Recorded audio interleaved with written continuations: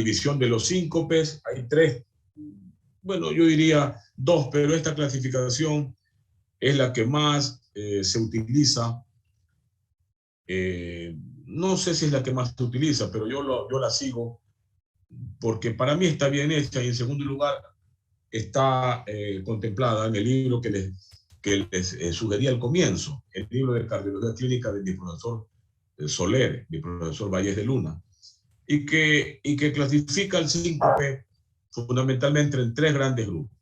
Primero, digamos que el síncope es la caída súbita, la pérdida del control de la conciencia y del tono muscular con caída, ese síncope. Y la hipotimia solo es una obnubilación transitoria de la conciencia.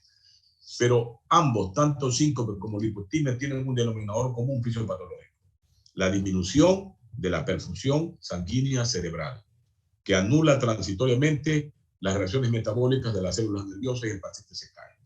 Eso es clave para considerar síncope y o hipotimia.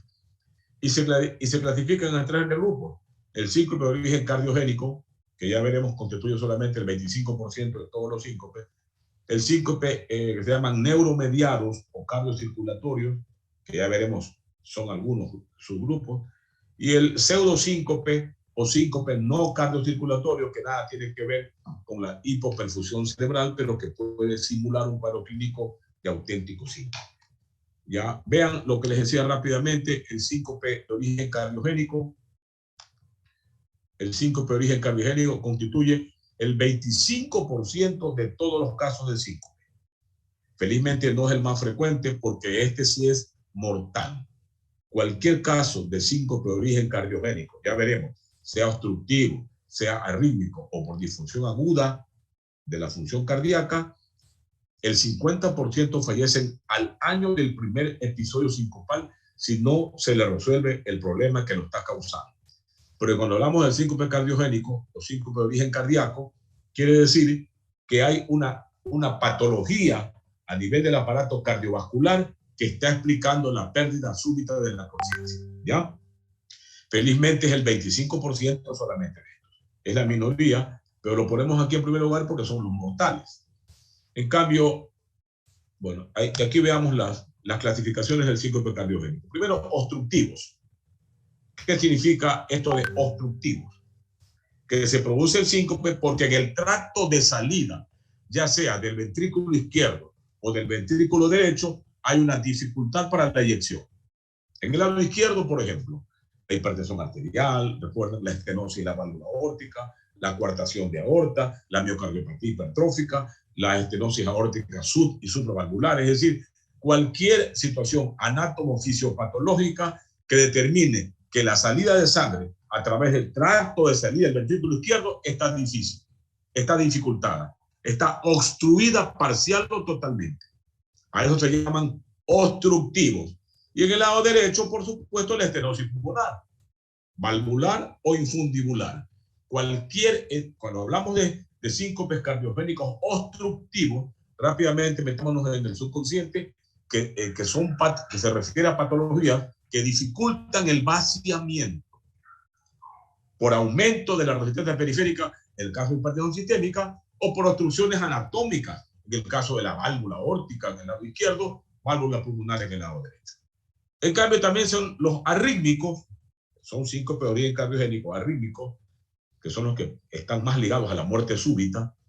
Son de dos tipos: las bradiarritmias y las taquiarritmias.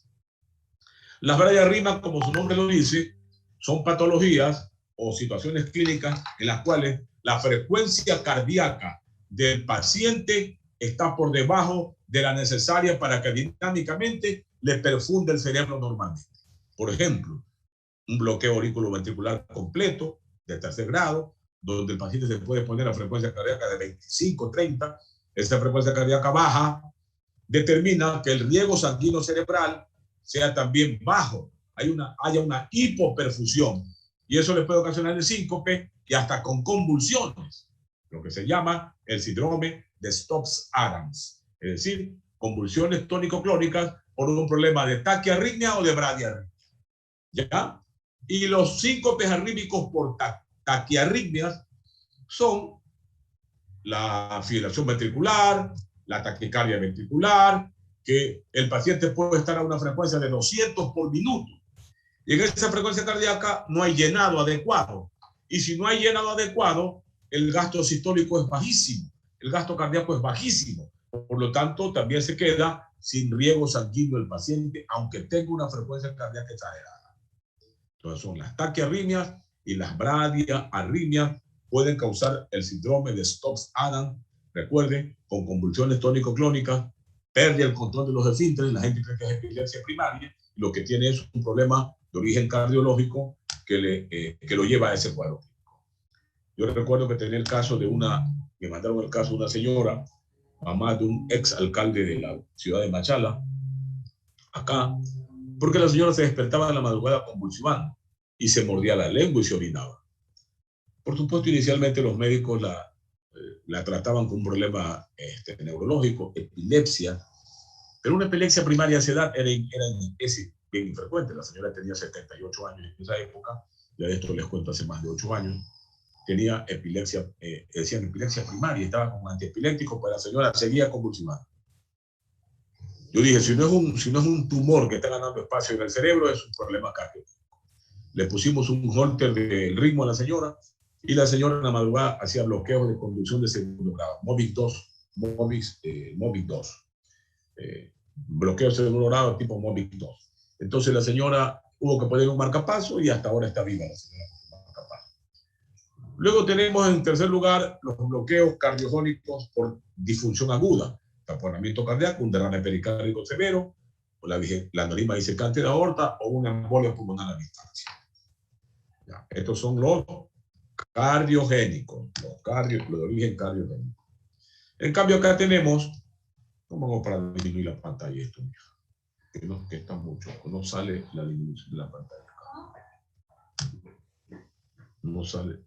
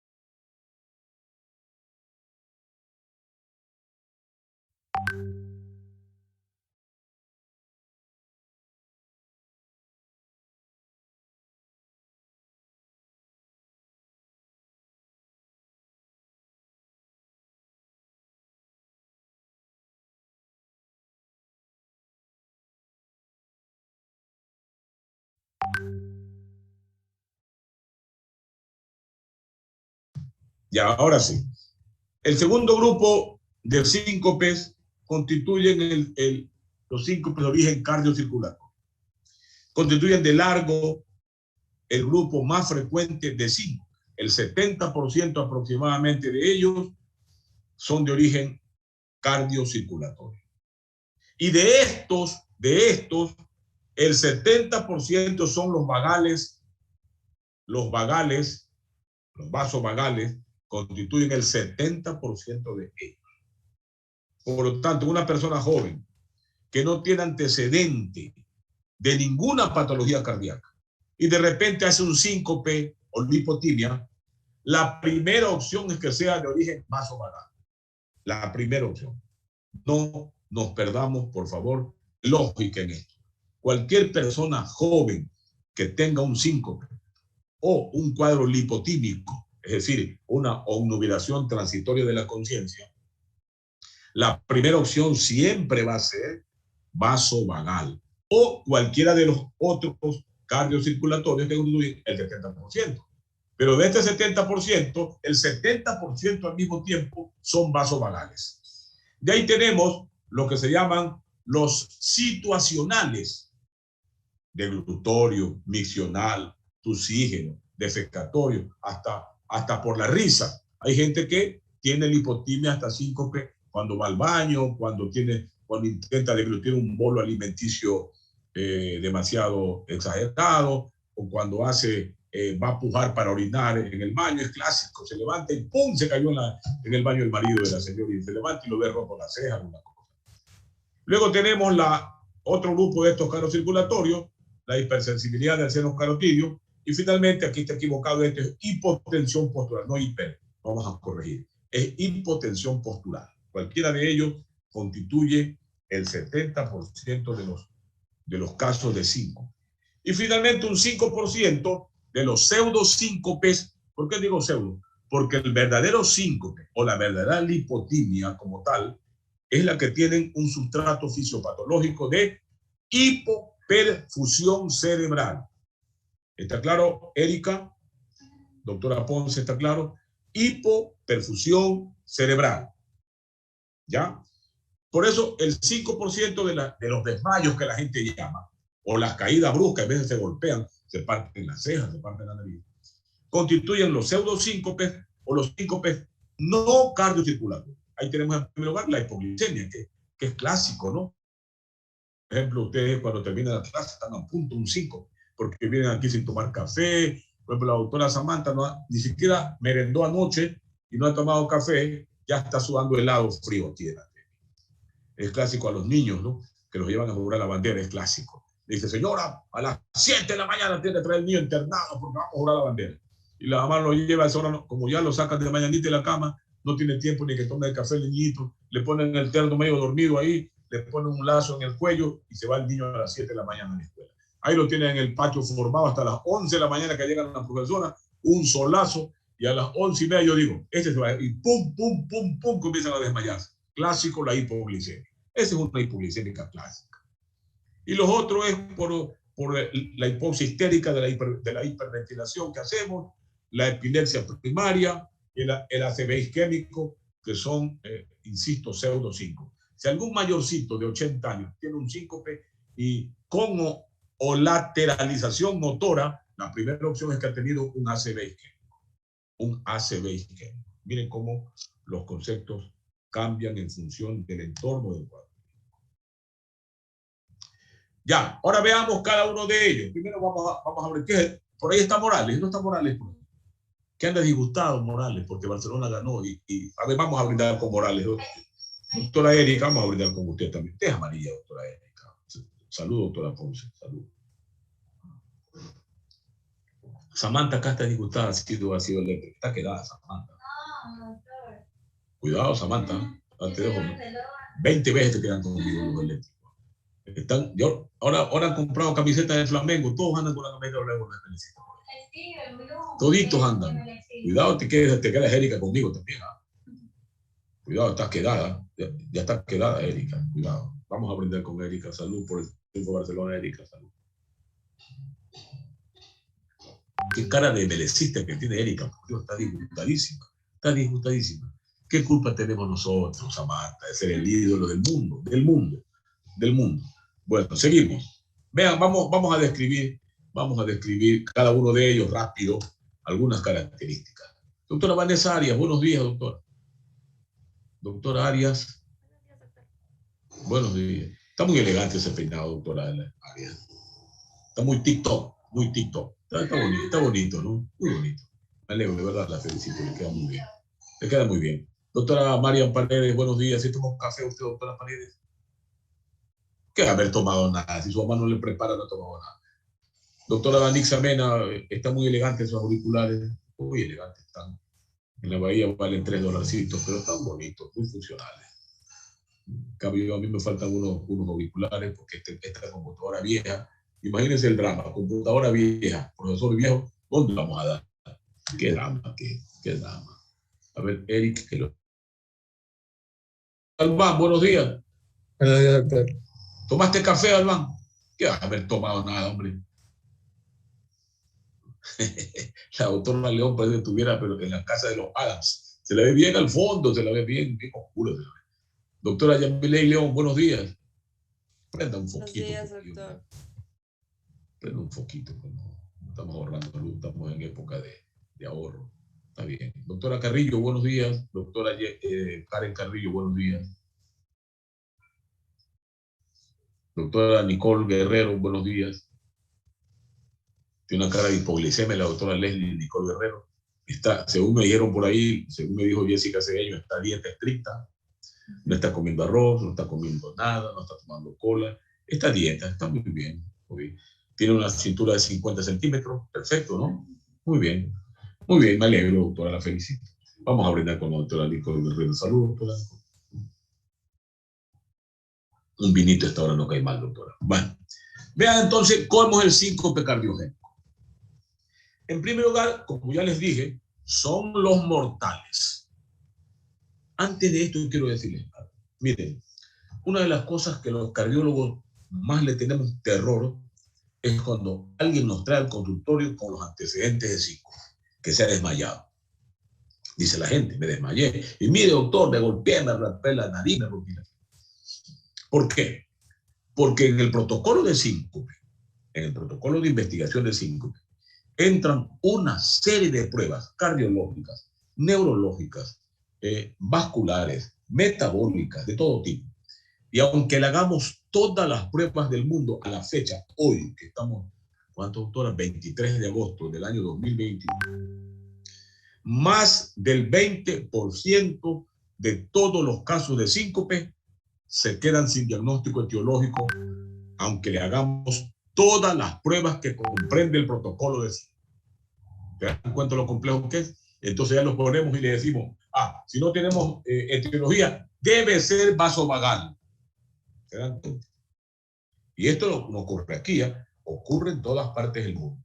Entren a la literatura médica y van a ver, cuando entren en el buscador universal, en el Google, pongan síncope, etiología, y van a ver que más del 20% de todos los casos de síncope se quedan sin diagnóstico, aunque le hagamos todas las pruebas que comprende el protocolo de investigación.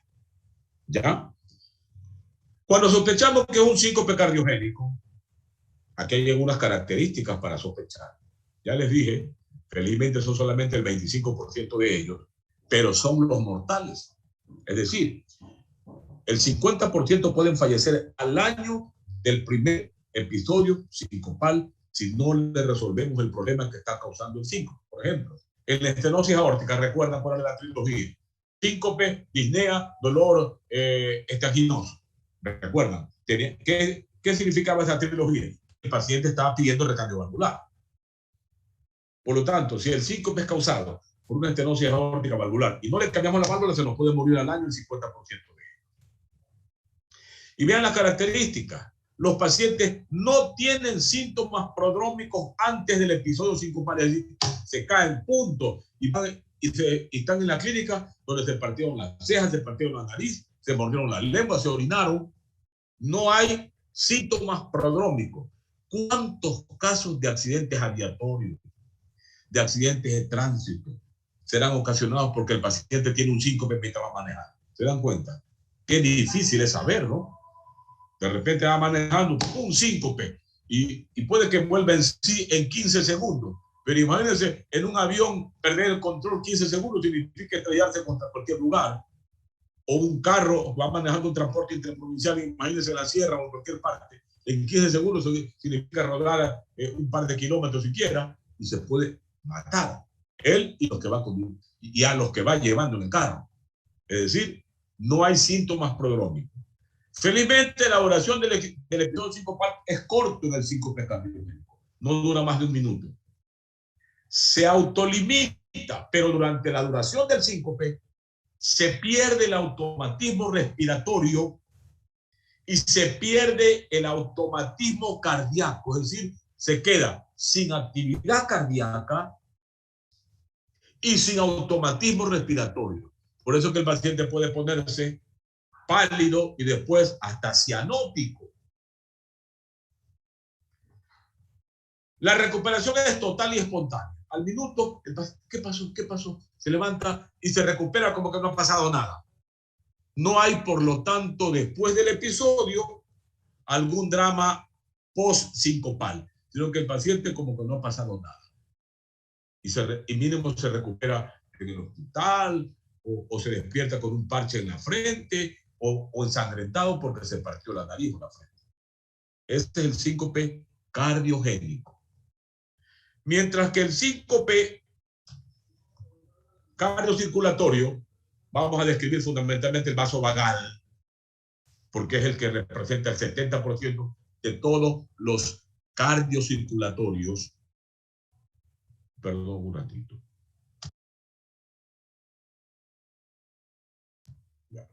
Ya tenemos, ¿sí me están escuchando ahorita, no?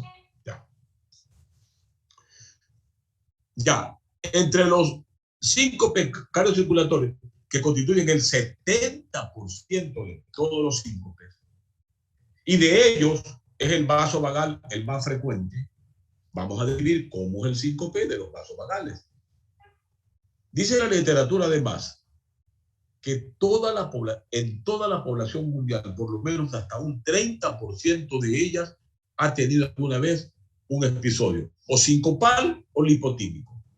A ver, tengan la bondad de decirme de este grupo de estudiantes que están aquí. ¿Quiénes han tenido síncope o lipotimia? ¿Alguien? Señálame por lo menos con la mano. ¿Nadie? ¿Nadie, doctora? Nadie dice nada. Nadie ha tenido, ya. Me alegro. Pero en el grupo pasado había... Sí, una persona. Hay una persona, sí. Ya. Hay una persona. Bueno. Entonces, en el vaso vagal,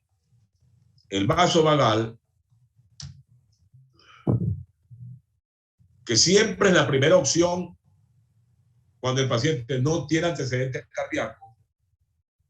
Generalmente el síncope, más que síncope, es lipotímico. Es decir, el paciente tiene una ovulación transitoria, pero que le permite defenderse. Dice, doctor, yo sentí que me iba a desmayar y me agarré de mi esposo o de mi esposa, o me senté o me agarré del poste porque sentí que me iba a desmayar. Esa es la lipotimia. Es decir, el paciente tiene opción de defenderse. ¿Por qué? Porque estos sí tienen síntomas prodrómicos que le anuncian que van a tener el cuadro lipotímico. Por ejemplo, antes del episodio, el paciente puede sentir cefalea intensa, palidez, sudoración fría, náuseas. Es decir, el paciente tiene un cuadro que se llama un cuadro de aura presincopal, o aura prelipotímica, como lo tienen los epilépticos. Los epilépticos primarios o esenciales generalmente conocen su aura propia, saben que va a tener epilepsia y buscan, va a tener el cuadro tónico clónico y buscan protegerse. Acá tienen algo parecido. Pero vean que son síntomas y signos vasovagales: sudoración fría, profusa, náusea, ganas de hacer la caca, cefalea intensa, etcétera, etcétera. Tienen estos pacientes. Y más aún, estos pacientes vasovagales tienen un biotipo especial y tienen características clínicas especiales. Son aquellos que, por ejemplo, no toleran las alturas. Hay gente que se asoma del tercer piso para arriba y le da mareo. Van subiendo escaleras y no pueden mirar a los lados porque le da mareo. O están encerrados en un ascensor con 4 o 6 personas y esa aglomeración le da mareo. O van a algún lugar donde hay mucha gente, le da mareo. Ven sangre y le da mareo. Los pinchan o ven la aguja del pinchazo y les da mareo. Es decir, ya tienen estímulos vagales que saben que les pueden complicar.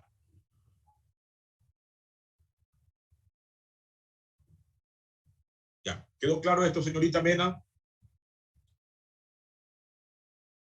Claro, ¿verdad?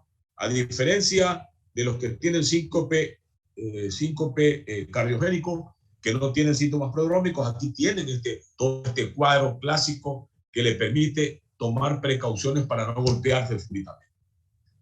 Por eso no tienen caída brusca la mayor parte de estos síncopes vasovagales. Se desmayan, pero no tienen caída brusca. Algunas ocasiones sí, pero la mayoría no tienen caída brusca. ¿Por qué? Además, en el síncope no se suprime absolutamente ni el automatismo respiratorio ni el automatismo cardíaco. Es decir, va a haber actividad cardiológica y va a haber actividad del automatismo respiratorio. Por eso no se ponen cianóticos, a diferencia de los otros que se pueden hasta morir, pues. ¿Se dan cuenta de la diferencia? ¿Está claro, Samantha? Ya. Y la crisis del periodo poscrítico, en cambio, es de mayor duración. ¿Ya? Es de mayor duración. Mientras que en el cardiogénico se levanta como no hubiera pasado nada. Acá está como mareado, como atontado, anhelado, se queda un buen rato ahí y después de 1, 2, 3, 4 horas intenta levantarse con miedo. Hay un periodo postcrítico de mayor duración a diferencia de los otros. En la hipotensión postural, en cambio, ya ustedes conocen los varoimpresoreceptores, ustedes saben a nivel carotidio, regulan la tensión vascular cuando uno se pone de pie. Cuando uno se pone de pie, por inercia, la sangre va más hacia la parte inferior del cuerpo y debería ponerse hipotenso. Pero ahí se activan los vasos y los varoimpresoreceptores para evitar ese tipo de problemas. Cuando se pierde el control de los varoimpresoreceptores que están ubicados a nivel carotidio, puede ocurrir una hipotensión postural. ¿Quiénes son los pacientes que más pierden ese control? Los diabéticos. Un diabético, por eso hay que decirle que nunca se ponga de pie bruscamente porque puede tener no solo hipotensión postural, sino hasta un infarto cerebral. ¿Cómo determinamos si esa es la razón? ¿En quién hay que buscarle más las causas de la hipotimia por hipotensión postural? En los diabéticos y en los que tienen varices en extremidades inferiores. En ellos hay que buscarle la causa del síncope o hipotimia por hipotensión postural. ¿Y cómo hacemos? Los ponemos de pie 3 minutos, la diferencia de presión sistólica baja más del 20% o 15% en presión diastólica, ahí podríamos decir que el paciente tiene hipotensión postural. Y se desencadenan todos los síntomas que ya conocemos. En los situacionales, que es otra forma de síncope cardiocirculatorio, al mismo tiempo se los considera ya parte de los síncopas vasovagales, porque estos síncopas situacionales desencadenan reflejos vagales poderosos. Por ejemplo, hay gente cuando va al baño o cuando después de orinar. Miren, la vejiga llena es un factor presor, es decir, aumenta la presión arterial. Hay gente que después que va al baño, no solo porque puja para orinar, sino porque al vaciar bruscamente la vejiga llena, ese factor presor disminuye y desaparece y le puede bajar bruscamente la presión arterial. A los vasovagales hay que recomendarles que orinen al pie de la cama en un recipiente, que no vayan a la taza, porque se pueden tener estos síncopes. Y ya veremos que a la fecha, hoy, 23 de agosto de 2021, no existe un tratamiento adecuado ni oportuno para los síncopes vasovagales. No hay, todavía no, ya veremos rápidamente. Entonces está claro, ¿no? Postmiccionales, deblutorios, defecatorios, etcétera, etcétera, son lo que se llaman los situacionales. Y los otros, los pseudosíncopes, el más frecuente, para no estar perdiendo más tiempo ya, son el hipoglicémico, ya dijimos, ¿no? Lo que la gente en el vulgo llama la muerte blanca, pálido, frío, sudoroso. Es clásica la hipoglicemia, ¿no? Taquicardia, palidez, sudoración. Y le preguntan, no ha tomado un café, ni almorzó anoche, ayer, ni merendó, y comió apenita, doctor, porque estaba apurado y no quiso comer. Así es, mijita, solo pasa estudiando nomás por eso. Y después le echan la culpa al doctor Morán, que como no le da tiempo ni a estudiar, dice, doctor es cruel, solamente la pasa pegada al libro. Y va la doctora Mariana, ahí se hace más engreída la doctora Pared. Sí, mamá, dice, ese doctor Morán no me da tiempo a nada, solo me pasa estudiando. No tuve tiempo ni de almorzar, y es mentira, es porque está enamorada, que no come, y como no comen, porque le salen mariposas en la parte epigástrica, entonces ahí ya le echan la culpa al doctor Morán. ¿Qué culpa tengo que ver yo, doctora, con los problemas del noviazgo? Ese doctor cruel no me da tiempo a estudiar, no pudo porque me dice que hay que estudiar 2 horas diarias, y yo quiero dormir a las 10, pero no me deja él, y me pone a dormir hasta las 12 y sin comer. Tengo derecho a desmayarme, mamita, le dice. Y la mamá dice, ya le levanta, le hace el cafecito, una tortillita, le manda un sándwich de medio metro a la clase, ya está, doctora María, se hace más engreída, teoría de la mamá. Está bien, doctor, me parece bien, me parece muy bien. Doctora Doménica de la Rosa, ¿tomó cafecito usted, doctor? Va a brindar con la doctora Doménica. Doctora Doménica, salud. ¿Tomó café, doctora Doménica, usted? No, doctor. No ha tomado nada. Esa respuesta tan hipoglicémica, me parece que nada. Doctora Samantha, ¿tomó café usted? ¿Qué tomó? Un poco de agua. Yogur. ¿Usted se lo preparó? No, yogur. Solo un vaso de yogur. Doctora Maite Delgado, buenos días. ¿Tomó café, doctora Maite, usted? Buenos días, doctor. Mamá de la doctora Maite, no le esté preparando nada a esta señorita. Doctora Romina, ¿sí tomó café usted? No. Estos muchachos son terribles. Doctora Maite, saludos, doctora, un vinito, amor. Saludos, doctor. Saludos, doctora, qué sabroso. Ya se me está terminando. Cada ciclo me tengo una botellita de vino. Qué rico. Tengo mis coronarias nuevecitas, doctora Yancea. Nuevecitas, 0 kilómetros, doctora. 0 kilómetros. Bueno, vamos a ver por acá estos muchachos. Entonces ya está, ¿no? Ya. Miren esto. Miren esto. El diagnóstico, primero ya les dije, más del 20% se quedan sin diagnóstico etiológico, hagamos lo que hagamos con ellos.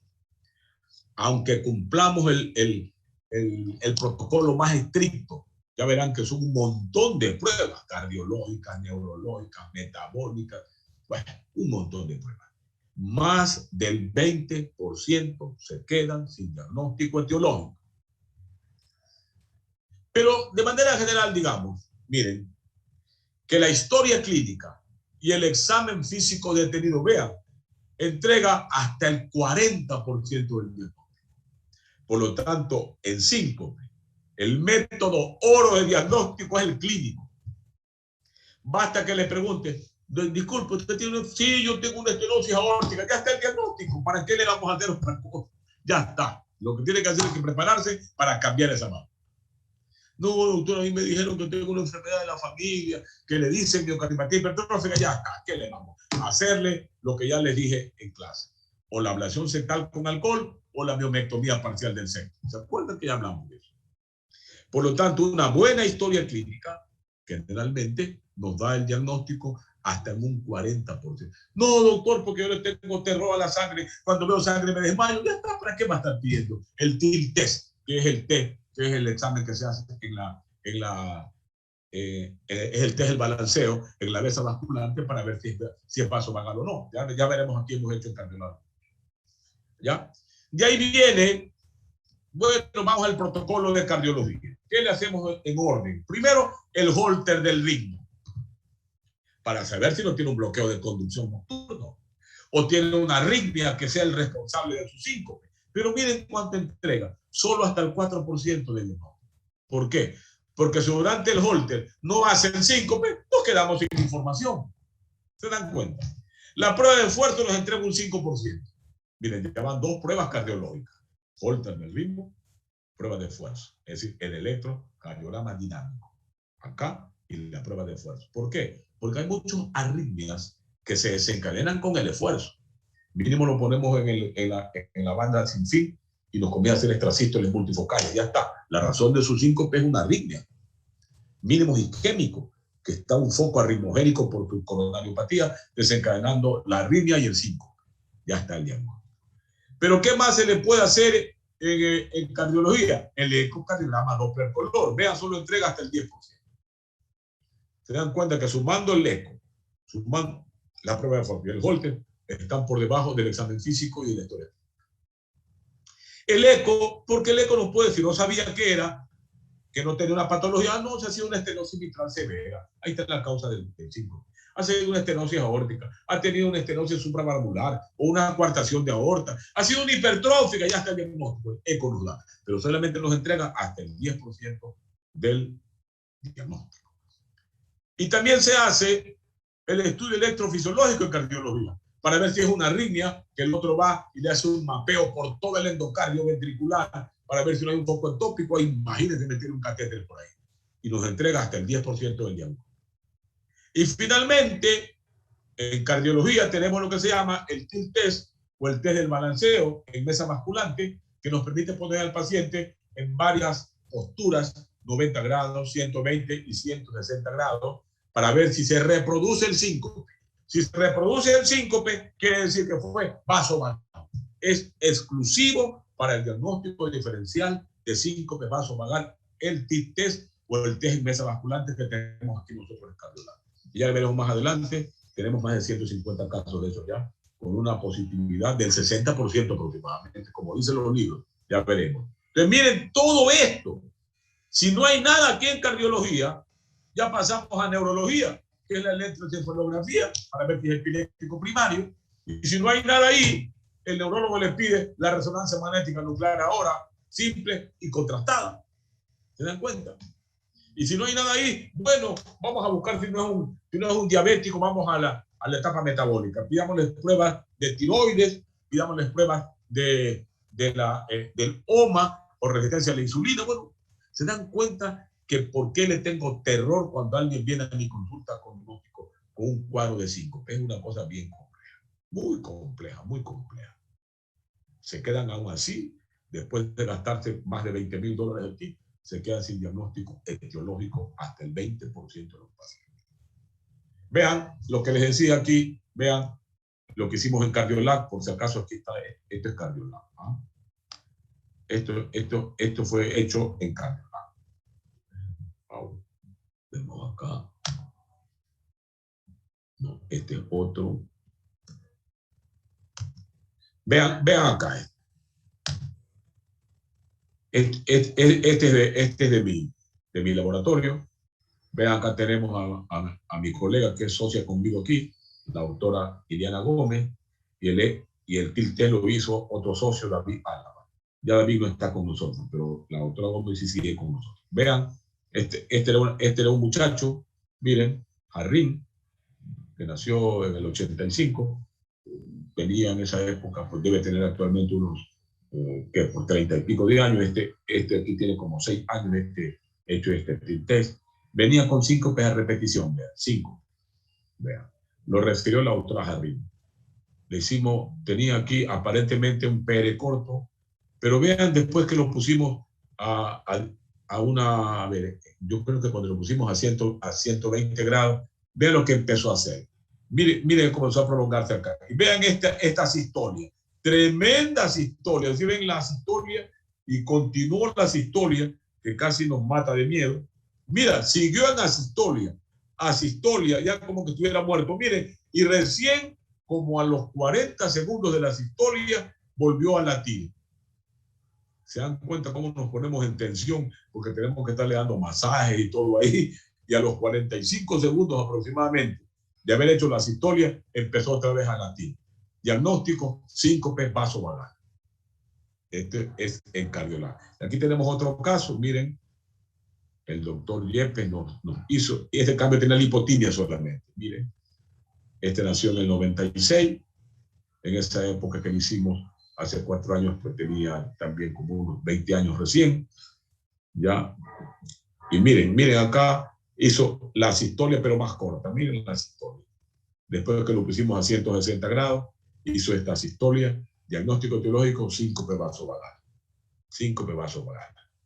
¿Y cuál es el tratamiento? Miren, el tratamiento del síncope vasovagal, que es el que nos interesa describir aquí, porque el cardiogénico es el tratamiento etiológico. El cardiogénico es el tratamiento etiológico.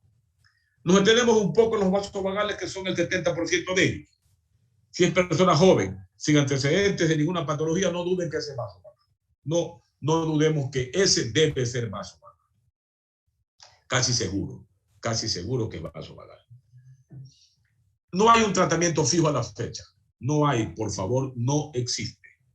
A no ser que demostremos que este paciente hace unas asistolias brutales con estímulos vagales durante un holter del ritmo o nos esté haciendo algún bloqueo de conducción, ahí se justifica el marcapaso.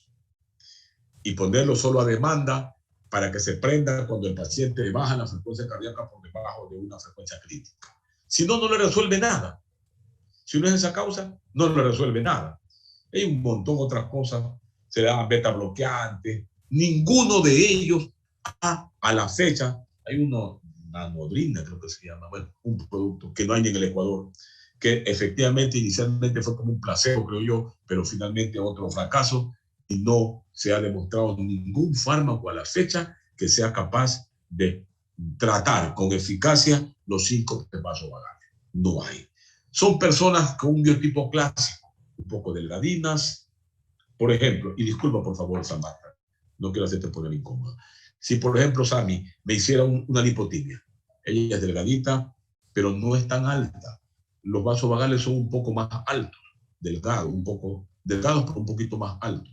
Pero si Sami me hiciera una lipotimia, tengo la obligación primerito de investigar qué es vasovagal, porque ella no tiene cardiopatía conocida, es una criatura jovencita, y mínimo si me dice, no, doctor, yo tengo miedo a las alturas.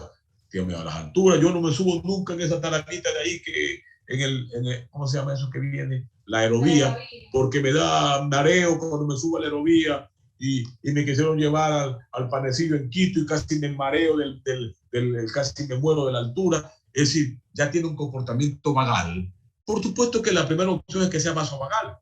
Ellos tienen tendencia a la hipotensión. Le tomo la presión 80-40, 90-50. Andan con presión con la tendencia hacia la baja. Por eso es que lo primero que se dice a esta gente, vean lo que yo aquí, sin Gómez, no hay tratamiento fijo. Y en los cardiogénicos se trata de etiología, ya dijimos eso, vamos a repetir. Por lo tanto, a estos pacientes se les recomienda que coman más sal, que por favor no restrinjan la sal. ¿Para qué? Para que les aumente un poco más la presión arterial. Que tomen su tacita de café de mañana, tarde y noche, si no les quita el dueño, porque el café es la forma más perfecta de aumentar la presión arterial.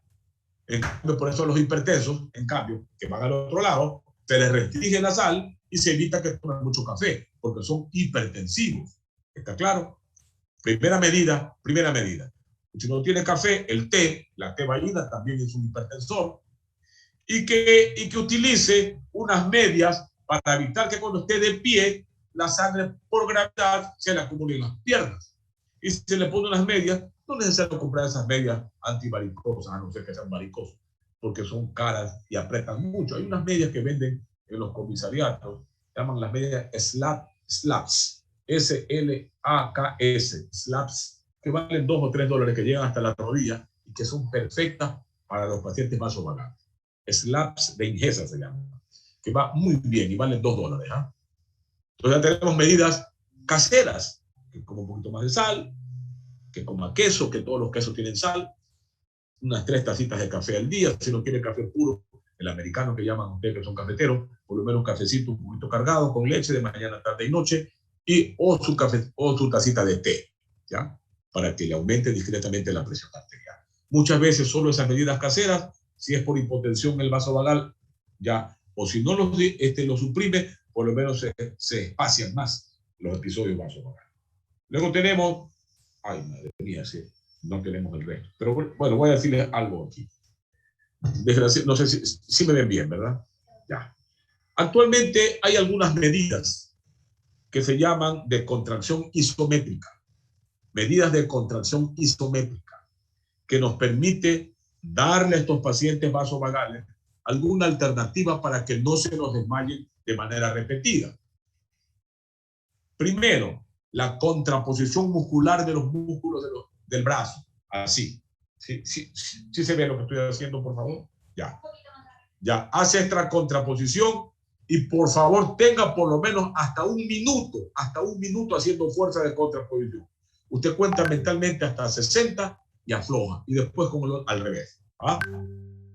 Esta maniobra de contraposición muscular de los músculos del brazo y del antebrazo, que lo puede hacer usted 4 y 5 veces al día, unos 5 a 10 minutos de sesión de mañana, tarde y noche, ha demostrado mejorar también a estos pacientes y espaciarles los episodios vasovagales.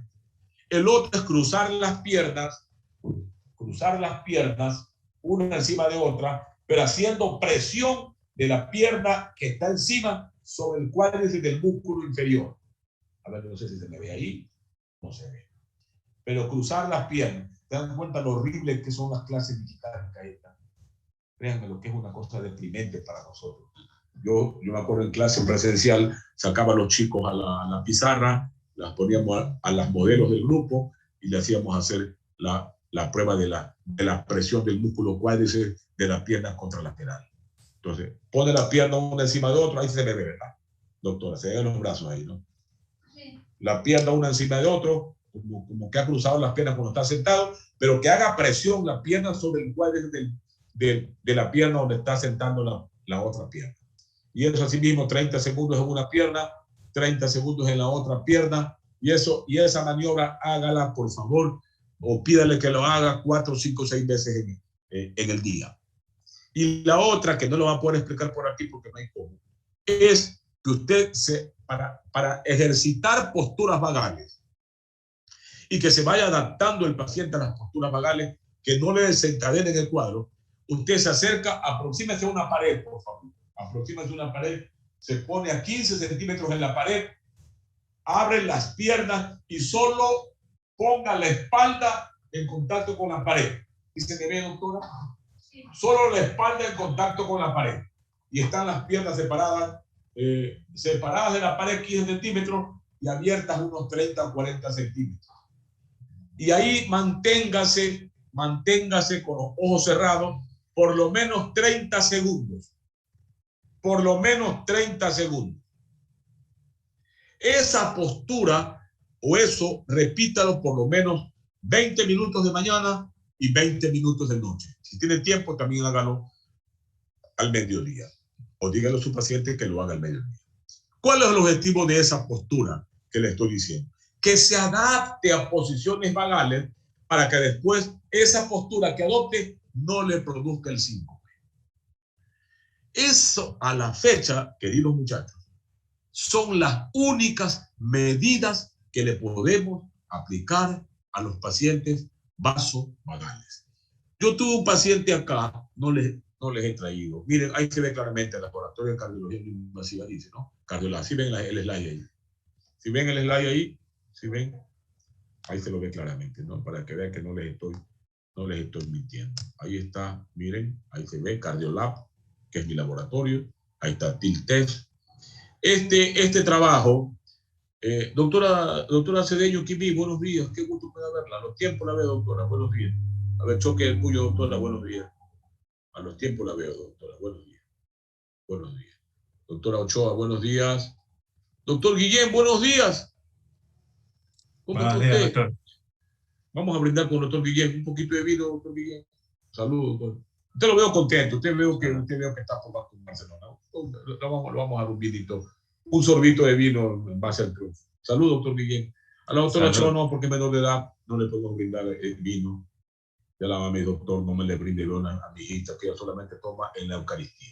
Doctor Guillén, solo en la Eucaristía, usted también toma en la Eucaristía. La doctora, aquí, más o menos, ¿cuánto es el promedio de hostia que comen a las 20? Sí, ¿no? En cada misa, doctora, ¿no? La doctora sí se come una hostia. Está bien, tienen derecho a estar limpios del pecado. Que me pobre de mí, estoy, doctora, muy pecador. Tanto que se me dañó la computadora por los pecados que cometo, doctora. Qué perverso conmigo, qué malo soy. Doctora Ochoa, salud, doctora Ochoa. Están muy elegantes esos lentes, doctora Ochoa, muy elegantes. Salud. Los míos, vea, comprados en la Bahía, doctora, $4. Son muy elegantes también, doctora. Doctor Guillén, vea, en la Bahía, doctor, $4. ¿Ya? Está bien, ¿no? Estoy TikTok, miren. Ya, perfecto. Doctora Valdivieso, buenos días. Buenos días, doctor. Está muy elegante. Ahora el doctor se ha peinado muy elegante. Esos lentes son TikTok con marco rojo, ¿no?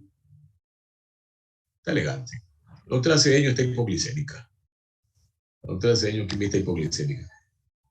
Con ese cabello no la pueden llevar al campo, doctora Cedeño, se la lleva el duende, ¿ah? Se la lleva el duende. Usted sabe esa historia, doctora Samantha, el duende en el campo, ¿no? Se las lleva. Se las lleva. Cabello largo y negro, el duende se las lleva, doctora. Tiene que ponerle un escapulario, ¿qué más le ponen? O le ponen ajo macho, yo qué sé. Cuidado, doctora Cedeño, cuidado. Mamá, doctora Cedeño, no se la esté llevando a su niña para el campo. Se la lleva el duende y la devuelve a los 9 meses. Qué degenerado que es ese duende. Qué degenerado que es ese duende, infame ese duende. Es melecista el duende, doctora. Me dijeron a mí ya, me dijeron, doctora Cedeño, es melecista el duende. Es la única esperanza que no se lleva a la terrorista. Felizmente está protegida la banda terrorista. Está bien, está bien. Doctora León, buenos días.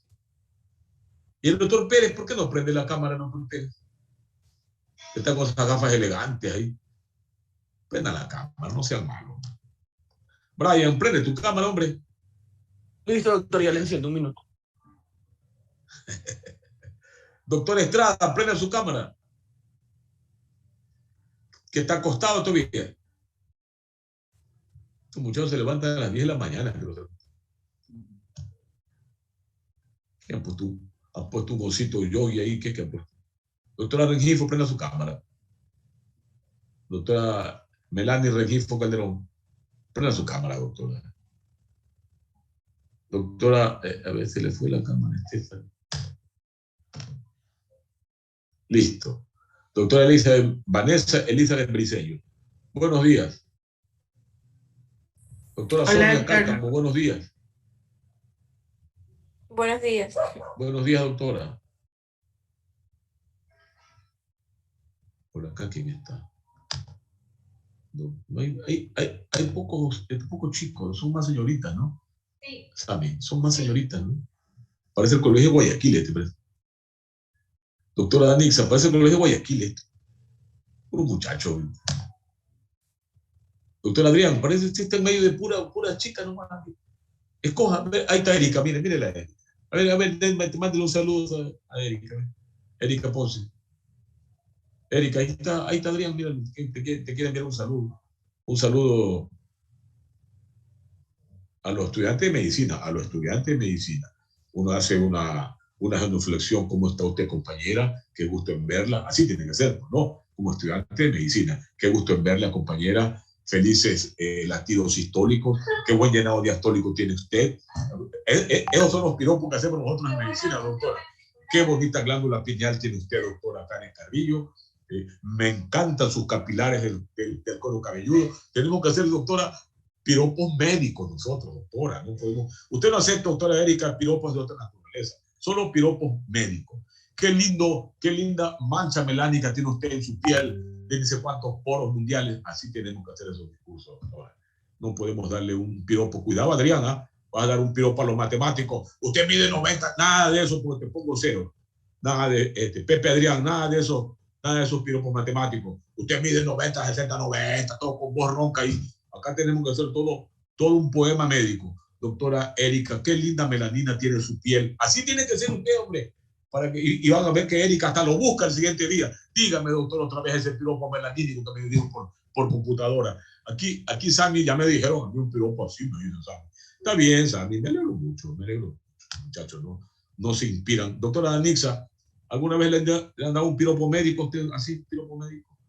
Qué elegante sería un piropo médico, ¿no? Qué linda pupila tiene usted, qué linda conjuntiva tiene usted, ¿verdad? Un piropo médico, ¿no? ¿Sí o no? Esa glándula pineal de usted, doctora, es insoportablemente guapa. Que le dé un piropo médico, doctora. Sería bonito, ¿no? Solo le dicen que es insoportable, ¿no? Piropos insoportables, ¿no? Eso no hay derecho, ¿verdad? No hay derecho. Yo creo que a todo ser humano le gusta que lo traten bien. Vean, ¿saben una cosa? Y esto disculpen este paréntesis, muchachos. El ser humano normalmente busca gratificación. Normalmente. Se siente bien al lado de una persona que la trata bien. Pero al frente de una persona tóxica que busca el detalle del error para tratarlo mal, uno se siente mal. Se siente cohibido, inhibido y después indignado. ¿Sí o no? Miren, yo creo que incluso en el ejercicio de la profesión hay que explicar este concepto. A ningún paciente le gusta llegar de un médico que se encuentre con un señor o una señora con una cara adusta, la frente arrugada, mal genio, porque nadie tiene por qué soportar sus problemas de su familia. El paciente lo va a buscar para que le resuelva un problema, no para que le meta sus problemas en el cerebro. Por lo tanto, una de las cosas que siempre debe tener, aunque tenga usted 1000 problemas, frente al paciente, tratar de aparecer grato, de aparecer que está bien, de que está alegre, que le hace la broma sana para romper el hielo, porque el paciente llega primero asustado, no sabe qué tiene miedo, está preocupado, tiene miedo que le digan, oye, usted tiene cáncer, usted tiene un soplo, todo con una voz ronca ahí, que el paciente no regresa más. Es decir, son cosas que no aprendemos en los libros, pero que nos da la vida y la experiencia de la práctica. Algo de endocarditis. Hasta eso vamos a pasar, que está ya en la pantalla, doctora, para acá. Bueno, en 3 minutos regresamos con endocarditis. Se dice que no es tan frecuente la endocarditis bacteriana, o no era tan frecuente. Pero ahora se refiere a las últimas 2 décadas, con el advenimiento de la utilización de algunos aparatos endocavitarios necesarios, como el marcapaso, las prótesis, etcétera, que se las pone rutinariamente ya en todo el mundo prácticamente. La endocarditis ha dejado de ser casos raros, como se decía en algunos libros tradicionales de cardiología. Lo que pasa es que cuántas endocarditis se nos han de escapar al diagnóstico, imagínense ustedes, cuántas se nos han de escapar al diagnóstico. Seguramente se nos escaparán menos cuando sabemos que el paciente ya tiene una cardiopatía, pero cuando no sabemos que tiene una cardiopatía y presenta fiebre, creemos cualquier cosa menos en endocarditis. ¿Ah? ¿Se dan cuenta? Por lo tanto, 2 premisas aquí. Una cosa es la endocarditis en un paciente que ya conocemos es cardiópata. Posiblemente ahí se nos escape menos, porque si alguien ya sabemos que tiene una estenosis mitral reumática y aparece con fiebre, pensar en endocarditis es una obligación hasta moral. Pero si no tiene ninguna cardiopatía conocida y de repente aparece con fiebre de origen que llaman desconocido, es la obligación de investigarla aunque no sea. Porque todas las virosis siempre revientan al máximo a los 3, 4 días de evolución y ya sabemos lo que es. Pero acá la endocarditis puede estar 1, 2, 3 meses en fiebre y la gente etiquetarla como fiebre de origen desconocido y ocurre que ha sido un problema del endocardio. Por lo tanto, vamos a tratar de resumir rápido. Miren, que no tenemos cómo disminuir. Sabe salir acá. Pero sí se ve bien en la pantalla. Está bien en la pantalla, ¿no? La foto de ustedes no tapa el slide. Ya. Vean lo que dice que es la endocarditis infecciosa. Es la inflamación del revestimiento interno de las válvulas cardíacas y de las cavidades cardíacas, producida por una infección, un microorganismo que generalmente es bacteria, pero no siempre es bacteria. Porque ahora conocemos que una endocarditis puede ser ocasionada por virus y hasta por hongos. Generalmente es bacteria. Y todo este microorganismo crece formando estructuras características conocidas como vegetaciones. Vean, vegetaciones o verrugas. Vean, por eso se llama verruga. Miren esta formación verrugosa de esta válvula. ¿Sí ven? Vean. En el lado cuando la endocarditis en la válvula aórtica, las verrugas se dirigen o se encuentran hacia el lado ventricular. Pero cuando es la válvula mitral, las verrugas se encuentran hacia el lado auricular. Y casi siempre se presentan o se producen con mayor frecuencia en las valvulopatías regurgitantes de tipo insuficiencia. La única excepción es la estenosis aórtica bivalva. Pero insisto, más se presentan en las valvulopatías regurgitantes. Cuando se trata de la válvula auricular, hacia el lado auricular. Y cuando se trata de la válvula aórtica, hacia el lado ventricular. Ahí están las verrugas, miren las verrugas. Hacia el lado ventricular. Vean esta tremenda válvula mitral hacia el lado auricular. Tremendas verrugas que destruyen la válvula.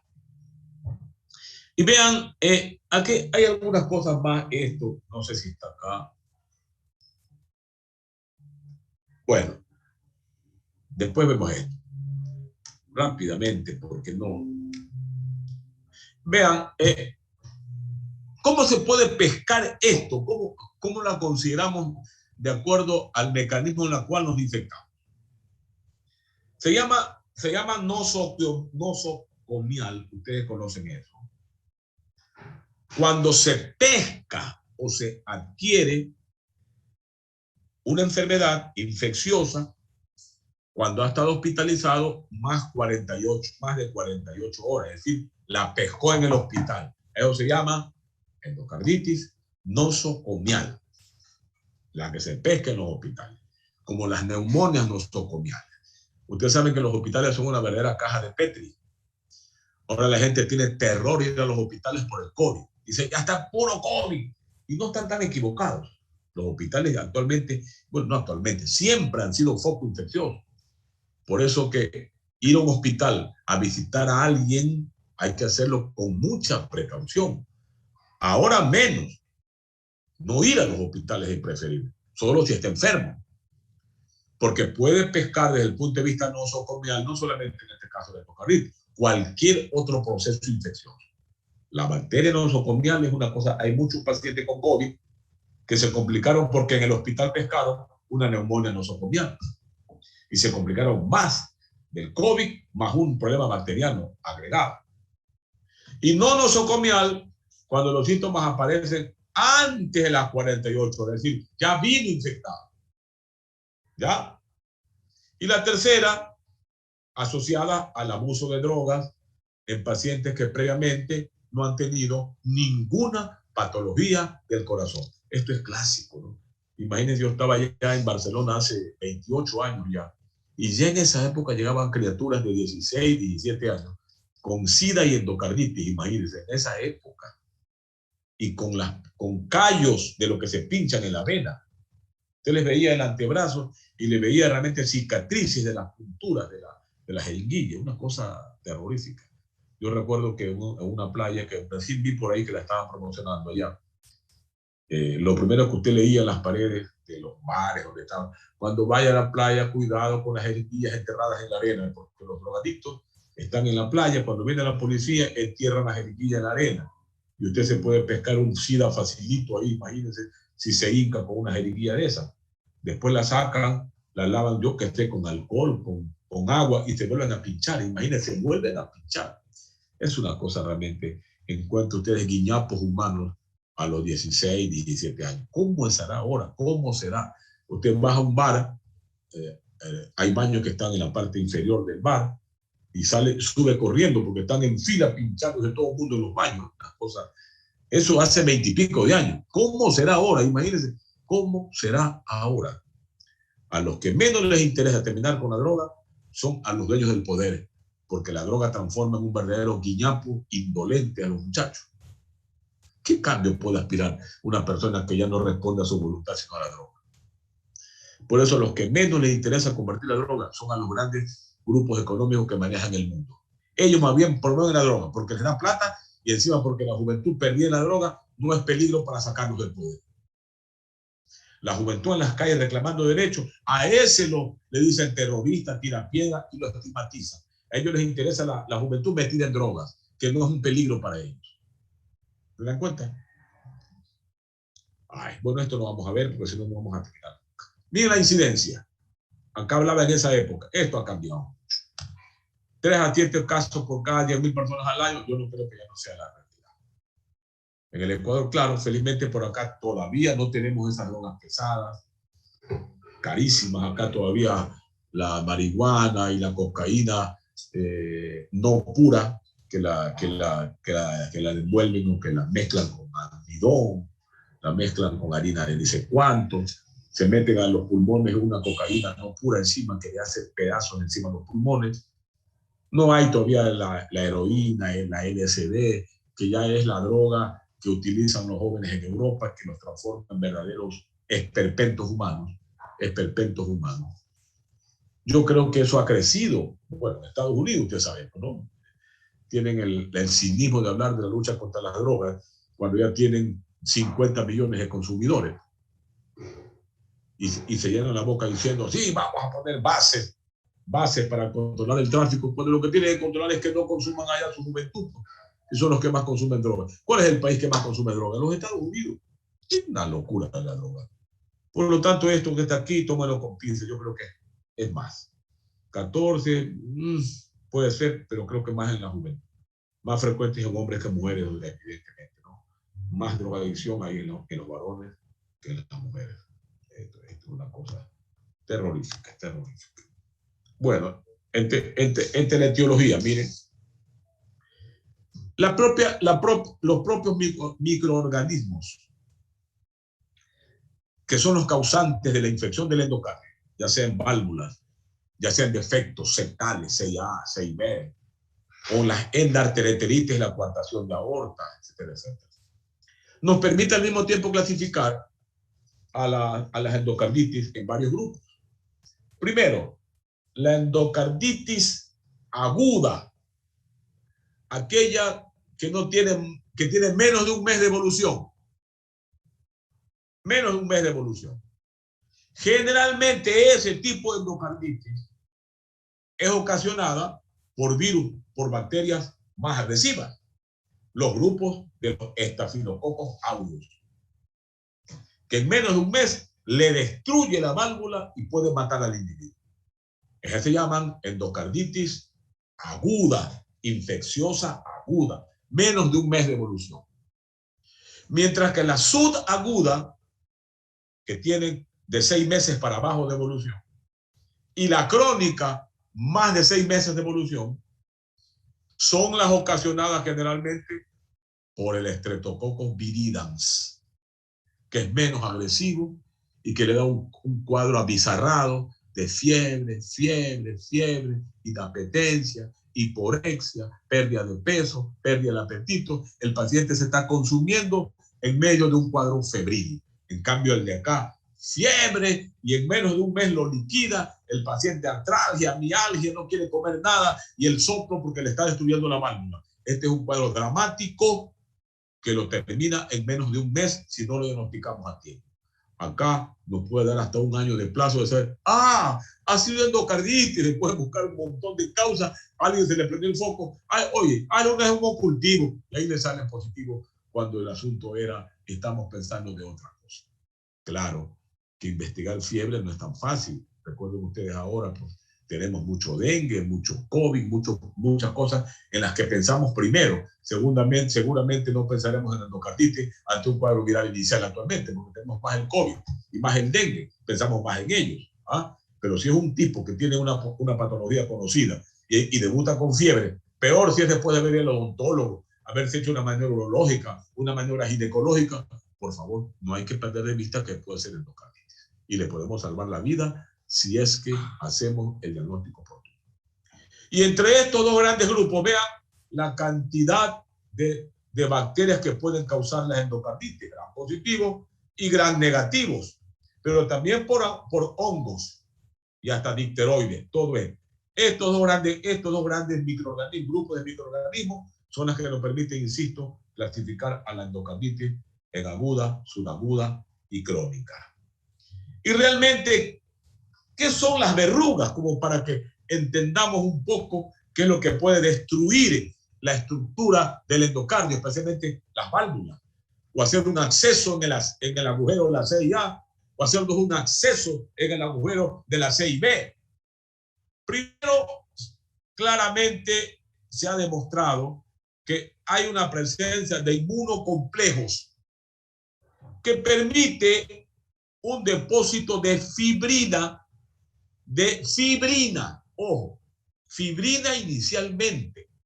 Por lo tanto, la verruga inicialmente, que está compuesta por fibrina y tejido fibrótico, no es bacteriana. Por eso, lo primero es una endocarditis trombótica no bacteriana. Es decir, usted en el sitio o de la válvula enferma o del defecto congénito, usted encuentra un depósito de fibrina, plaquetas y material fibrótico. Esa se llama una verruga no bacteriana. Por lo tanto, ese es el sitio donde después se produce de una bacteriemia transitoria la adherencia y la colonización que determina la vegetación séptica. ¿Está claro, Samir? Primero, entonces, se forma una verruga no bacteriana. Nos provocamos una bacteriemia transitoria a través de una maniobra odontológica, le ponen una sonda uretral, le hacen un Papa Nicolau a alguna dama, le hacen un tacto rectal por un prostático. Esta bacteriemia transitoria produce adherencia y coloniza la zona de la verruga que está no bacteriana. Y eso determina ya una vegetación séptica. La vegetación séptica destruye las válvulas, produce una bacteriemia persistente, vienen las manifestaciones cardiológicas y vienen también las manifestaciones extracardíacas. Embolia sistémica pulmonar, embolias sistémicas neurológicas, embolias sistémicas renales, bueno, todo un cuadro sistémico séptico que puede terminar con la vida del paciente. Imagínense usted un acceso en el corazón después del infarto es lo más grave en cardiología. Después del infarto es lo más grave en cardiología.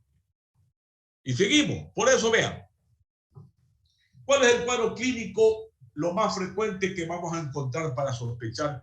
Bueno, ya veremos más adelante que hay criterios mayores y menores, no nos vamos a detener eso por cuestión de tiempo. Pero rápidamente, la fiebre siempre, tanto en las agudas como en las subagudas y las crónicas. Claro que en la aguda es una manifestación que se llama en agujas, porque de un día a otro el paciente 40 grados de temperatura, 40.5. Seguramente es un cuadro producido por un estafilococo. En la subaguda puede tener 39, 39.5, 38, es una fiebre sostenida, no llega a ser las características en aguja, como es la fiebre de los producidos por estafilococos en la aguja. Siempre hay fiebre en todo caso.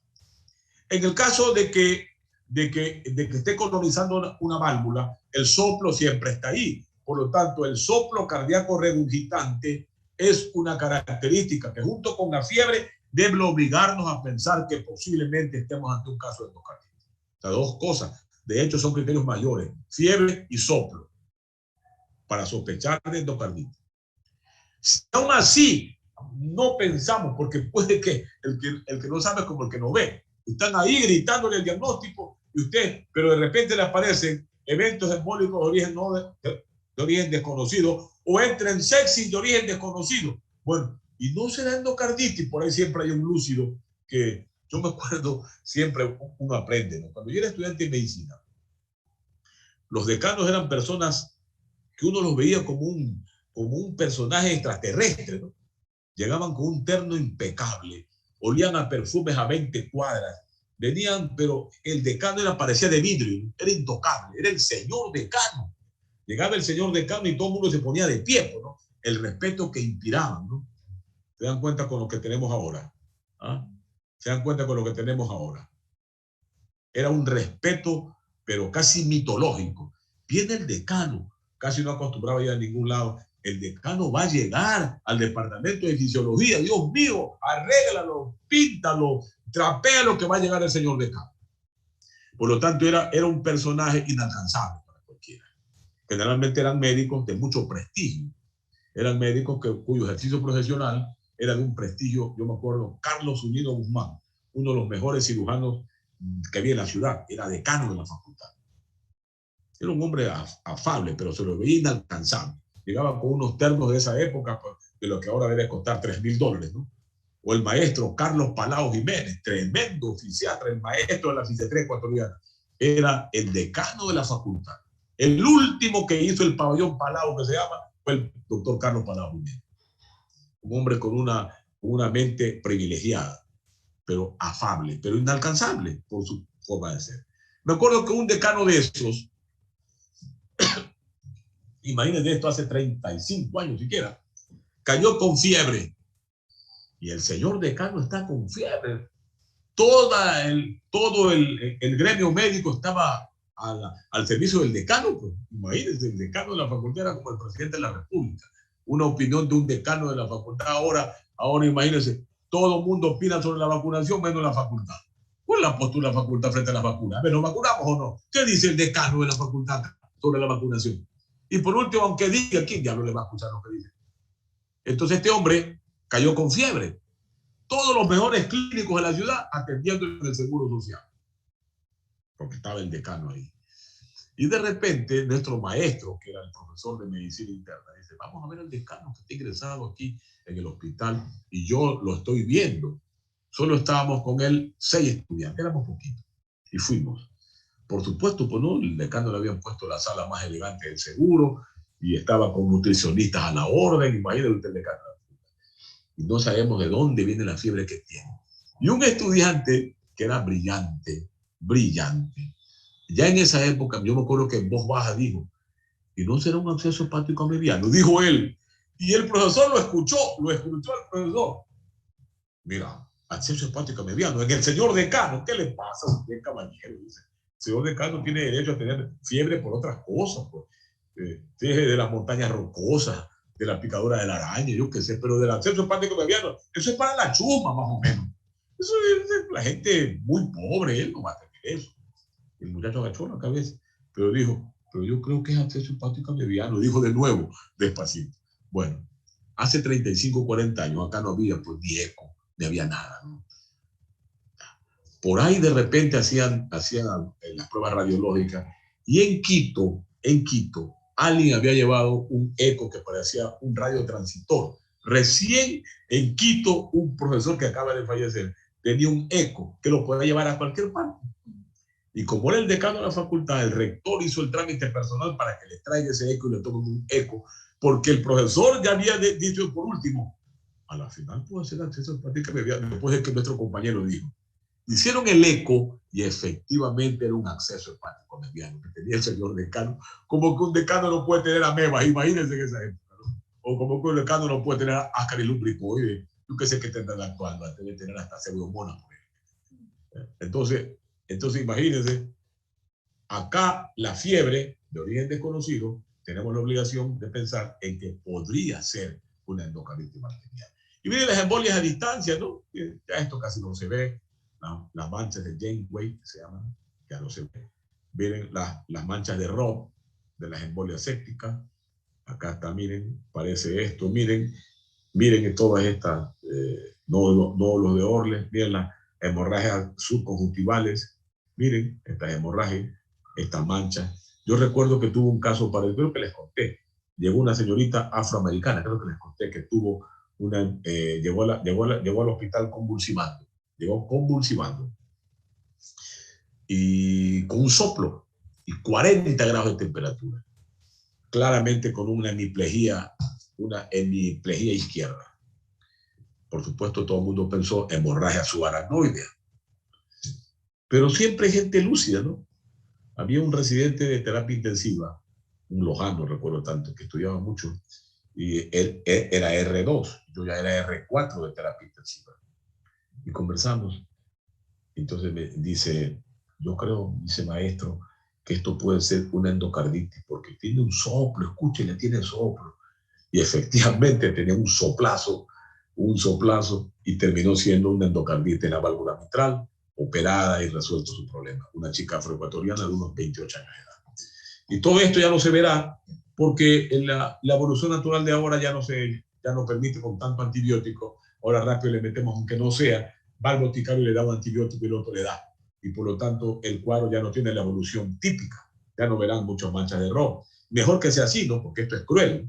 Pero esa chica tenía esto que ustedes ven aquí, ya, esto que parecían lesiones necróticas, todos los dedos de la mano y los pies los tenían como necrotizados.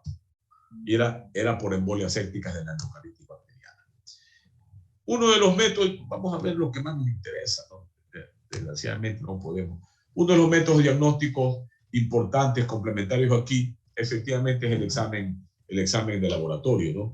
Un hemograma completo, ¿qué nos dará primero? Una gran leucocitosis, seguramente con predominio de neutrófilos, que son las que, recuerden ustedes, están hiperdesviados a la izquierda, o segmentados, en un cuadro inflamatorio agudo. La proteína C reactiva supersensible o hipersensible estará también aumentada, la velocidad de la electrosegmentación estará aumentada, pero el método de laboratorio clínico importantísimo para el diagnóstico, la confirmación, son los hemocultivos.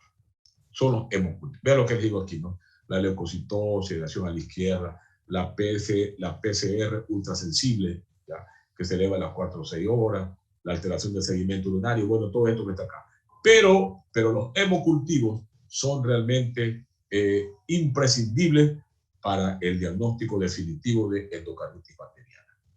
Se hacen realmente 2 a 4 hemocultivos en 48. En el primer día, separado de 1 a 2 horas, 2 muestras. 2 muestras. Le saco una muestra cuando llega, antes que pongan antibióticos, para que no se oculte el diagnóstico definitivo. Le saco usted una muestra de 10 mililitros de sangre. Recuerda que en esas cajas de PET hay el dar sangre. El dar sangre, vieron eso en bacteriología, ¿no? Le pone a cultivar ahí y le coge otra muestra a las 2 horas y le hace otro cultivo. Normalmente eso aísla a la gente en un 90%. Normalmente lo aísla en un 90%. Puede, un 10% suele ser negativo, o porque he venido tomando antibióticos, o porque son bacterias de un crecimiento retardado, que después a las 3 días recién aparece la positividad, pero el laboratorio a los 2 días le reporta como negativo, pero ocurre que los 4 está positivo. Generalmente son bacterias de crecimiento retardado. ¿Cuál? Las gran negativas. Son más retardadas su evolución o su reproducción. Por lo tanto, se aconseja que después del primer día se le haga otros hemocultivos al segundo y al cuarto día de evolución mientras está en el hospital. Por lo que les dije, por lo menos 4 hemocultivos en 48 horas. 2 el primer día y los otros 2 en los siguientes días. A no ser que los del primer día ya salieron positivos, pues ya no se necesita estarlo sacando más hemocultivos. Esto es claro. La placa de tórax puede dar signo de insuficiencia cardíaca si es que el paciente tiene una destrucción valvular, Y los casos que les cuento, ojalá que les sirvan de algo. Yo llegó a mi consultorio cuando estaba en el centro, yo hace unos 6 años todavía estaba en el centro, en Sucre y Pedro Carlos tenía ahí otro consultorio. Llegó una ex alumna mía que estaba haciendo la rural en Ponce Enrique, creo que era, bueno, en una zona de la SUAY, no Ponce Enrique, Chordelet, creo que era, que estaba haciendo la rural. Entonces llega a mi consultorio con un paciente, imagínense, casi agonizante. Le digo, pero mijita, ¿cómo lo vas a traer? Llévalo a un hospital. Doctor, ha estado 10 días en una clínica y llegó con un gonco. ¿Saben lo que es el gonco? Que es madre mía, es poca vida hospitalaria. Es un aparato que hace vacío de vidrio para sacarle líquido de si hubiera derrame pleural, evitar el colapso pulmonar. Pensaban que era un derrame pleural, yo que sé de qué origen. Pero cuando lo ausculta era un soplo, y 40 grados de temperatura, tenía como 10 días de evolución este hombre. Un hombre de la sierra fuerte, joven, de unos 28 años de edad. Un antecedente, se había sacado una muela 3 semanas anteriores. Y soplo. ¿Qué piensa? Endocarditis. Le digo, vea, llamo acá, por favor, no se me vaya que voy con un paciente a hacer un eco. Lo trajeron para acá porque andaba en una ambulancia que lo habían mandado. Y yo llegué, y cuando le hago el eco tenía una endocarditis en la válvula aórtica, un acceso brutal, que salía y le había destruido la válvula aórtica. Se la había destruido. Casi por completo. No tenía válvula aórtica realmente. Llamé a un cirujano muy conocido de aquí y le digo, hermano, este hombre hay que entrar así como está. No importa que el cuadro esté así, ellos están dispuestos a firmar lo que sea, porque hacer cirugía en pleno cuadro agudo, que todavía que está activo, podría haberle hecho una septicemia sistémica. Pero si nos demoramos en eso, digo, hermano, por lo menos esta noche enfriémonos un poco con antibióticos a tope, a ver si mañana lo opera. Este hombre que es muy buen cirujano de válvulas, para uno de los mejores cirujanos de válvulas aquí, efectivamente llegó de noche, le pusieron un antibiótico para caballo y al mediodía del siguiente día lo operaron. Y hasta ahora está, viene a mi consultora cuando ya han pasado como 10 años de eso y llega por acá, le cambiaron la válvula aórtica, no se le hizo endocarditis en válvula protésica, porque a veces también la válvula protésica cuando lo operan en etapa de infección aguda puede también infectarse la válvula, no se reinfectó. Vean acá, el electrocardiograma no tiene mucha importancia aquí, este es un ataque cardiovascular, y vean el eco, ¿no? Vean el eco transtorácico, miren el acceso aquí en la válvula mitral, miren el acceso, ¿no? Miren el acceso acá, el acceso en la válvula mitral, el ecocardiograma transtorácico nos da un 60% de diagnóstico y el transesofágico un 90%. Miren, tremendo acceso a la válvula mitral. Vean acá, tremendo acceso,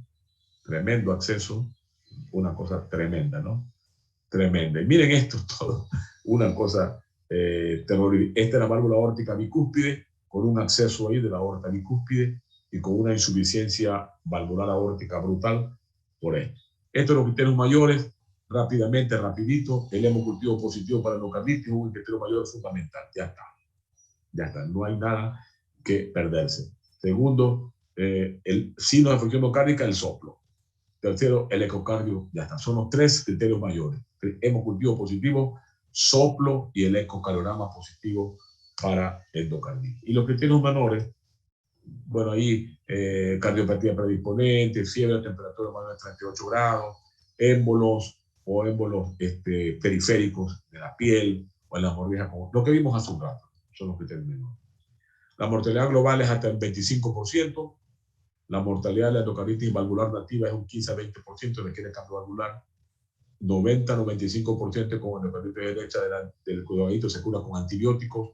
La endocarditis del drogadicto es exclusivamente derecha, porque va por la vena directamente a la válvula tricúspide y le ocasiona, ya les dije las condiciones en que utilizan las jeringuillas. Primero se prestan entero las jeringuillas, y si la entierran en el suelo, medio lavan con agüita y se vuelven a pinchar. Entonces imagínense, esa pobre gente destruye la válvula que ha estado normal, la válvula mitral, tricúspide, pero con tremenda cantidad de bacterias la destruyen a su endocarditis. El 90% de ellos salen bien con un antibiótico. Hay un poco de ellos que se tienen que cambiar la válvula, pero la mayoría se curan con antibióticos. Desgraciadamente, después que caen al año otra vez endocarditis, porque el problema de ellos es que la drogadicción. Sacar de una droga de esas características a un paciente no es imposible, pero es bastante difícil.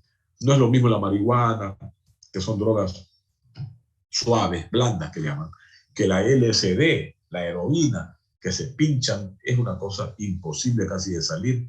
La adicción es muy, muy fuerte.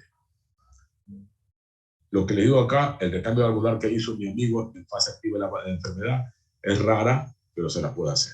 Acá están las complicaciones, influencia cardíaca congestiva hasta el 70%, el embolismo hasta el 25%, la glomerulonefritis, acceso valvular, aneurisma micótico, acceso en el sistema nervioso central, que es lo que tuvo esta chica que felizmente no falleció. Bueno, en el tratamiento eso no lo van a hacer ustedes, pero quiero solamente que vean lo siguiente.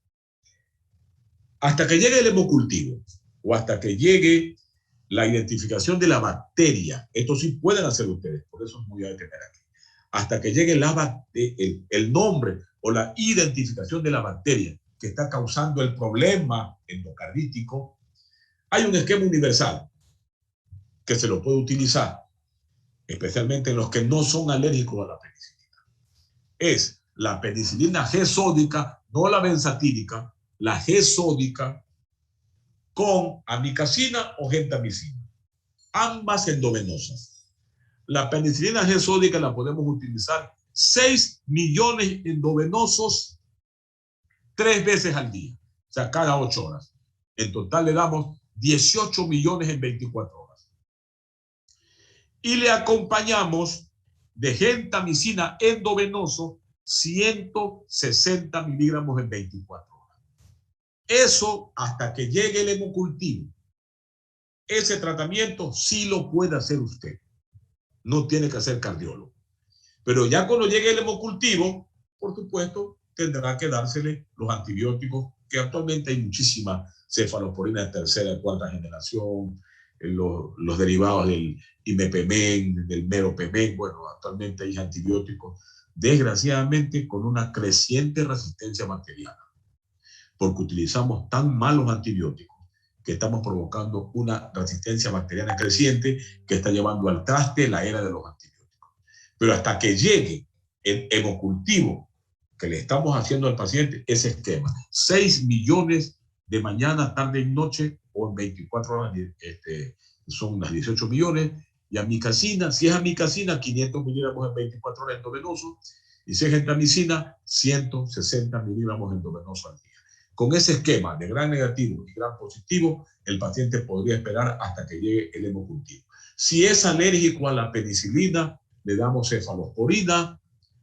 Cefalosporina podría ser la ceftriaxona, 1 gramo IV cada 6 horas de ceftriaxona, más la amikacina o gentamicina. Y si tenemos temor a que también nos haga alergia con la cefalosporina, le damos un antialérgico, que pues, no recuerdo el nombre ahora, como el nombre genérico del Alercet, no recuerdo. Pero cualquier antialérgico por vía oral podría ayudarle muchísimo al paciente para prevenirle que también la cefalosporina le pueda hacer un cuadro alérgico, pero no se lo pueden dejar sin antibiótico al paciente.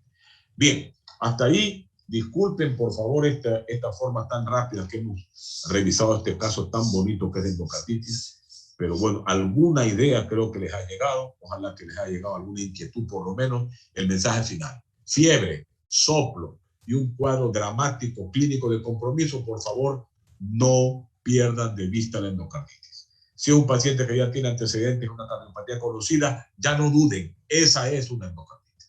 ¿Ok? Bueno, muchachos, si no hay ninguna pregunta, la próxima clase, que es ya, sería la penúltima, ¿no? Nos veríamos con 10 minutos o 20 minutos de mencionar cuáles son los métodos complementarios útiles para el diagnóstico de cardiología y entramos al curso de electrocardiografía. Bien, ¿no hay pregunta? Al chat o al WhatsApp de la doctora